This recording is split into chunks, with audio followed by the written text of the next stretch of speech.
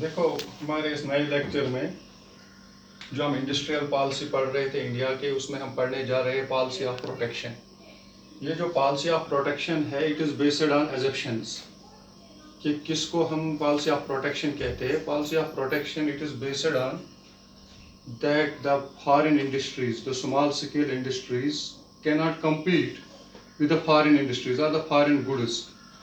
For the sake of this small scale industries, we give some protection to these local industries or to these small scale industries in order to compete the foreign industries. देखो, policy of protection is based on assumption that the local goods could not be able to compete with the foreign goods. जो local goods हैं हमारे, वो market में, international market में या market में वो compete नहीं कर पाते हैं फॉरेन गुड्स से.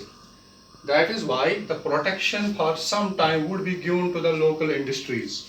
इस लिहाज से गवर्नमेंट जो ये स्मॉल स्केल इंडस्ट्रीज है, जो इंडिजीनियस गुड्स है, जो लोकल गुड्स है, इनको प्रोटेक्शन देती है गवर्नमेंट ताकि ये compete करे फॉरेन गुड्स से. That the local goods would not be able to compete with the foreign goods. That is why the protection of some time would be given to the local industries so that they would able to compete with the foreign goods. इसलिए protection दी जाती है, relaxation दी जाती है ताकि वो foreign goods से compete करे. तो आपको ये समझ आया होगा कि पॉलिसी ऑफ प्रोटेक्शन वो चीज़ है जब हम अपने लोकल इंडस्ट्रीज को देते हैं कि रिलैक्सेशन देते हैं, टैक्स फ्री देते हैं या उनकी कुछ सुविधाएं देते हैं ताकि वो compete करे फॉरेन गुड्स से. तो इसको कहते हैं पॉलिसी ऑफ प्रोटेक्शन. दूसरा, अनऑर्गेनाइज्ड और इनफॉर्मल सेक्टर. अनऑर्गेनाइज्ड या इनफॉर्मल सेक्टर हम उसको कहते हैं when laborers engage in the temporary form of employment.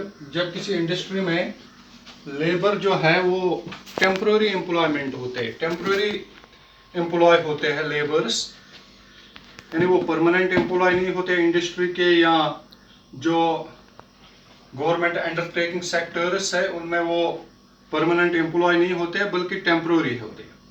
who are unable to organize themselves as a union. यानी इनमें क्या होता है, ये खुद को ऑर्गेनाइज नहीं करते क्योंकि ये सीजनल होते हैं, टेम्पररी होते हैं, एक साल के लिए या 6 महीने के लिए. तो इस तरह इनकी जॉब जो होती है वो टेम्पररी होती है, ये परमानेंट एम्प्लॉयमेंट नहीं होते जिस तरह गवर्नमेंट सेक्टर में होते हैं परमानेंट एम्प्लॉय, यहाँ पे नहीं होते.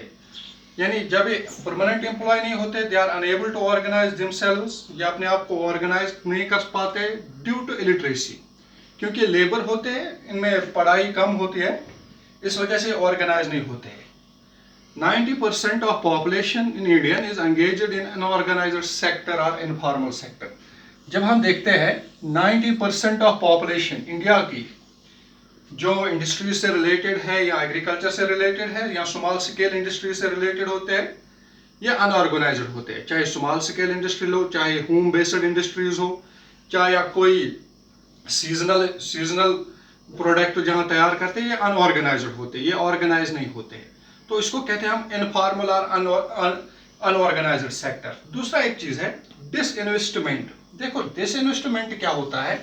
Disinvestment it is in mixed economy, particularly in Indian, जहां पे हम देखते हैं mixed socialist and liberalist economy, या जिसको हम मिक्सड इकोनॉमी कहते हैं, या direct control of the government, वो इकोनॉमी जिसपे डायरेक्ट गवर्नमेंट कंट्रोल होता है.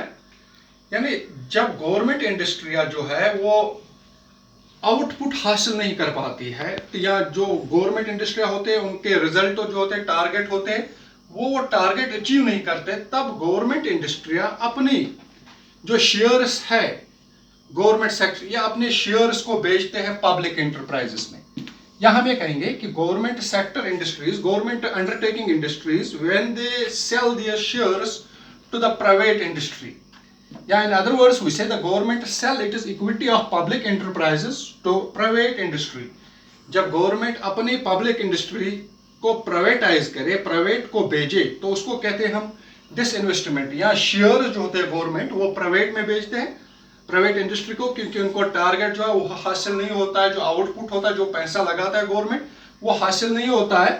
तो finally they sell their industries to the private sector और प्राइवेट इंडस्ट्रीज लाइक नाल्को या VSNL या IPCL These were the industries those who government sell to the private sectors.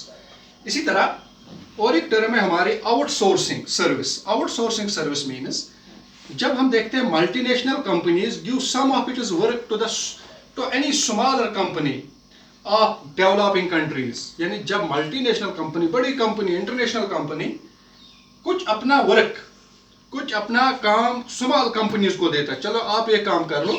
Smaller companies particular in developing countries, गरीब मुल्कों में small industries को देते हैं, वहाँ की इंडस्ट्रीज को देते हैं अपना काम. यानी जब वो काम देता है उसको कहते हैं आउटसोर्सिंग. यानी outsourcing means multinational, when multinational companies give some of it is work to any smaller company of developing countries at cheap rate. और ये cheap rate पे देते हैं कि आप हमारा काम बढ़ाओ.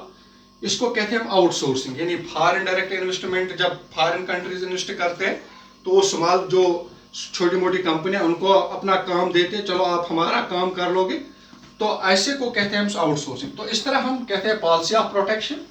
अनऑर्गेनाइज्ड सेक्टर किसको कहते हैं? Disinvestment. Disinvestment means when government sell its shares to the private enterprises. Disinvestment outsourcing means when multinational companies give some of its work to the smaller companies of underdeveloped countries या developing countries on cheap rates, तो उसको कहते हैं हम outsourcing.